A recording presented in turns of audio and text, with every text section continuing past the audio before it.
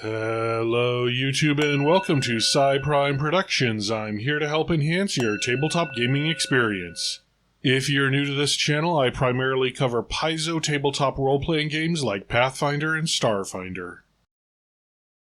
Well, it's finally here. The Starfinder 2nd Edition playtest is out and I could not be more excited for it. There's a lot of new classes, a lot of new ancestries, a lot of new equipment and spells. It's a lot to get through. Firstly, I do want to compliment the Paizo creative team. There's a lot of stuff here, and it mostly works. I know how hard it can be to write something up, so major props to the Starfinder development team.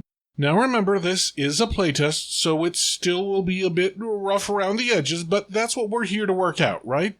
Now, I do want to put out videos on ancestries, classes, weapons, all of that stuff, but I thought it best to start with a video on some of the core changes between Pathfinder 2nd Edition and Starfinder 2nd Edition. I feel like I say this every time I make a Starfinder video, but Pathfinder 2 and Starfinder 2 both use the same rules mostly, so the two are basically cross-compatible. In fact, you need Player Core 1 to play the Starfinder playtest, and your GM will need GM Core to run Starfinder. I don't know if that will be how it is in the final product, but for the playtest at least, that's what you need. Now, there are some differences between the two systems. These differences are most certainly not big enough to make it any kind of difficult to port between the two games, but we should talk about them.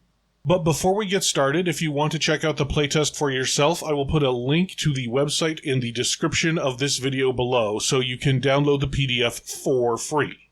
Also make sure to take the survey if you play Starfinder, or Paizo could really use your feedback. I do want to say before we really get into it that there are a host of new conditions you can have.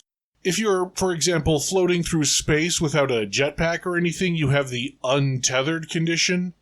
There's also the suppressed condition and the glitching condition. I don't want to get into all of those in this video. You can read all about them on screen now. They are important, but they're kind of boring to talk about.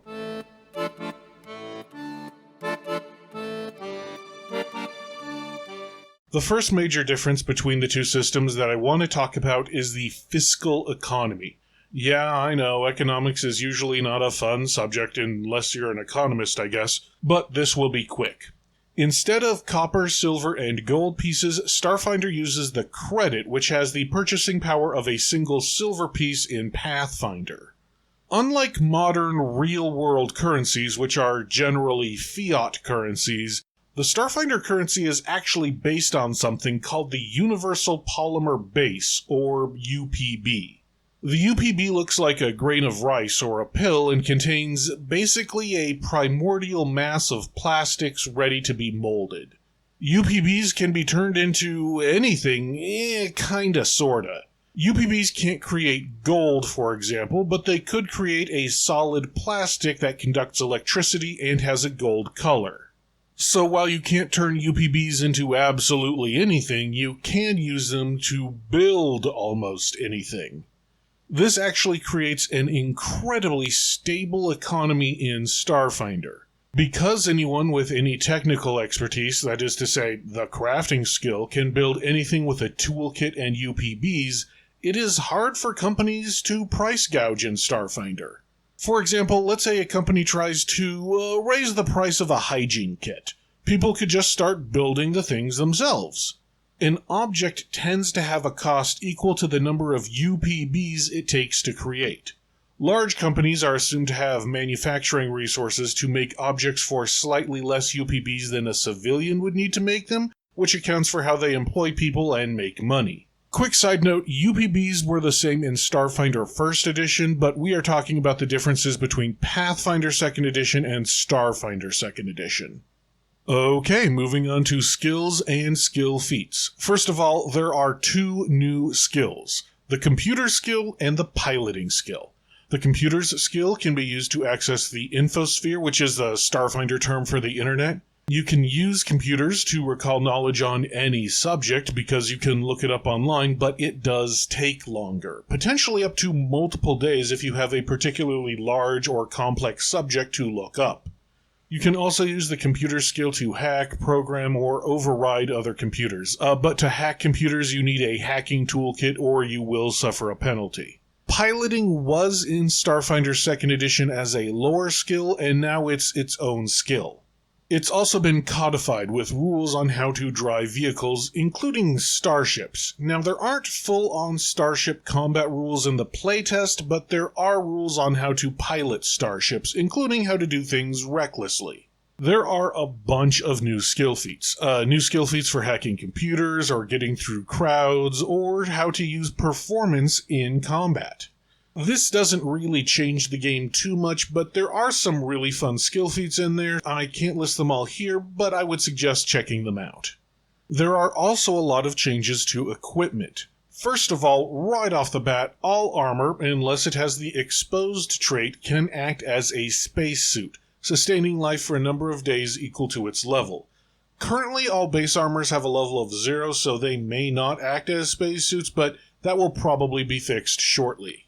All armor also has a built-in communications unit, essentially a cell phone, and that cell phone has a built-in flashlight, so there you go. Now, these armors have a semi-permeable force field, meaning that they let air in if you are in an environment with air. This means that you can still smell things and talk without your comlink in your spacesuit, but it also lets in inhaled poisons and gases. It's more of a trade-off to make the game balanced more than anything. After all, you don't want a level 1 item basically invalidating the level 6 Cloud Kill spell. Weapons can now do more than just piercing, slashing, or bludgeoning damage. Now they can do fire, cold, sonic, possibly even void damage, just to name a few. There are a lot of new equipment traits. The new tech trait means that an item has built-in electronics. This means that you can hack the item to do something to it, whereas an analog item cannot be hacked but tends to be less advanced. The auto trait means that you can fire things off in full auto mode like Dutch from the Predator movie. Weapons could do cone or area effects. One of my favorite new traits is the professional trait. If a weapon has the professional trait, you can treat your training in the associated skill as your training in that weapon up to a maximum of your proficiency in simple weapons. So if you have the deception skill, you can treat that as your proficiency in the advanced weapon, the card slinger. But it does cap out at your simple weapon proficiency, which is hilarious. By the way, the card slinger is exactly what it sounds like, a gun that shoots playing cards at people. Also in Starfinder is the archaic trait. Basically, the archaic trait means that the thing wasn't built with UPBs and is very simplistic. Essentially, archaic items are items that are built without futuristic metamaterials. All Pathfinder weapons have the archaic trait. I could go on, there are a lot of new traits, but if I covered them all, we'd be here all day. Go check them out if you're interested. Now, there are two big changes to how items work in Starfinder. Firstly, runes do not work on anything that does not have the archaic trait. In other words, unless something has the archaic trait, no runes. Instead of runes, you can just buy or enhance weapons and armor into better weapons and armor. So if you want to get a +1 to hit on that card slinger, you can build a better card slinger with a targeting module that gives you a +1 to hit. The price is the same as the runes in Starfinder, it's just a mechanical bonus instead of magical, and yes, instead of buying a new one, you can just enhance the old one.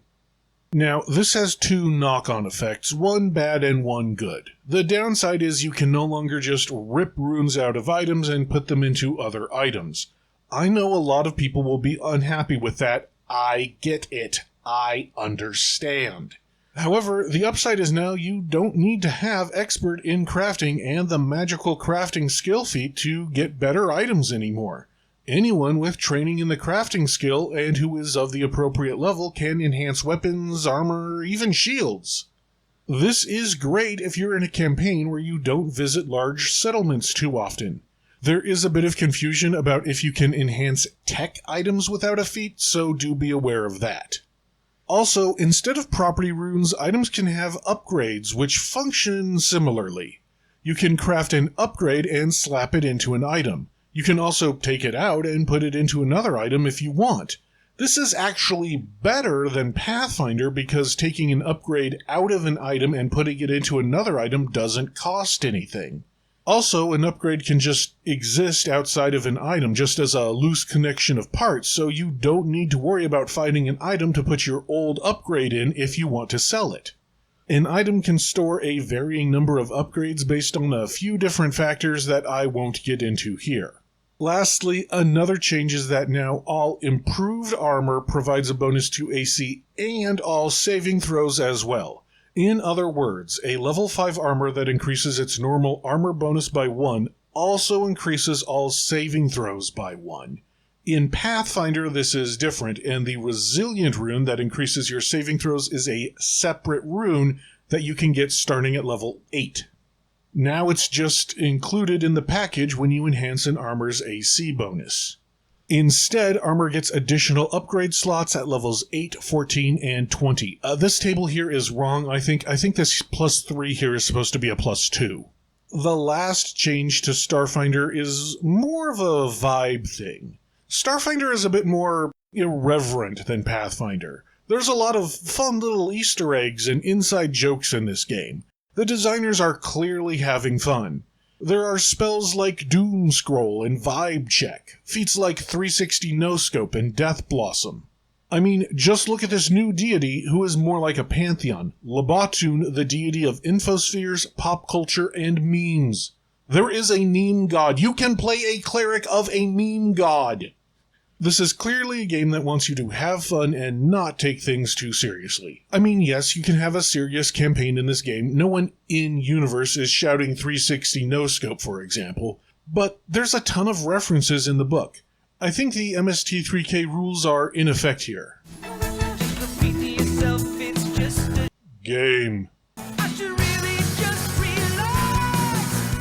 But let me know what you think in the comments below. I'd love to hear your thoughts. And while you're down there, make sure to like and subscribe. That tells not only me, but also YouTube that you like this kind of content. And until next time, thank you, good luck, and happy gaming!